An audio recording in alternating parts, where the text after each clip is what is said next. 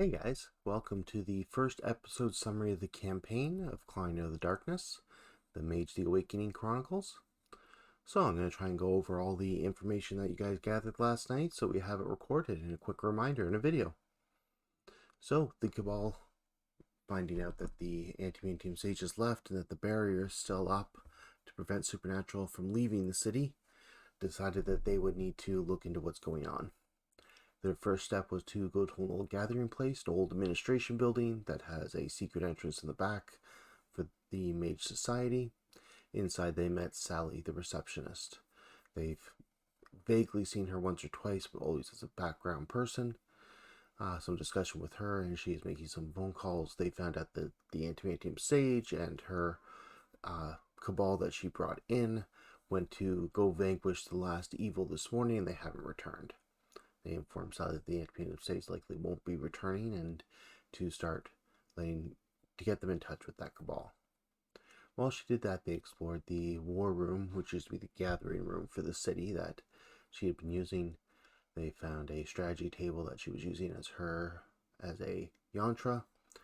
Another found some death magic event, finding out that a supernal being was separated from a vampire and sent back to its realm.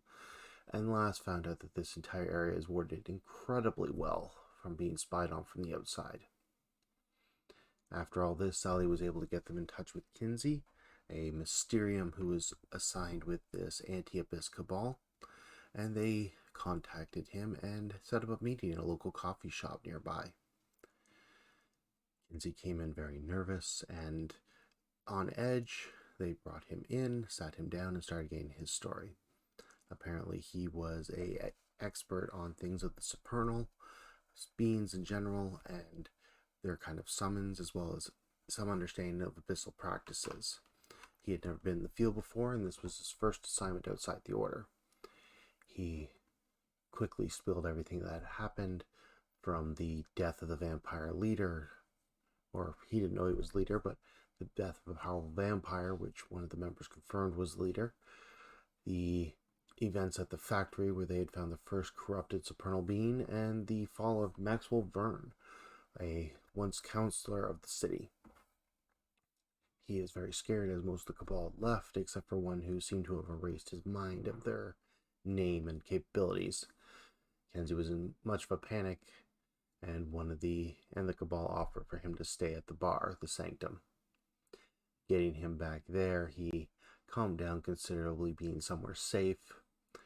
He gave the addresses of both the casino where Maxwell Verne's final conflict was, as well as this abandoned factory that the characters seemed to be interested in, and sat down with a grimoire and started studying.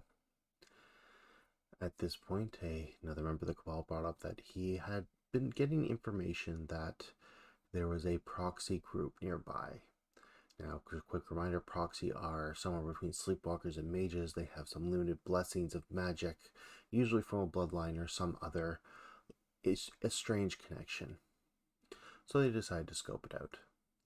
They quickly found out that this residence had a lot of gangs that came there, paid some money, and left. After a while of debate and discussion, and knowing that the sun will be setting soon, they decided that they would just confront them.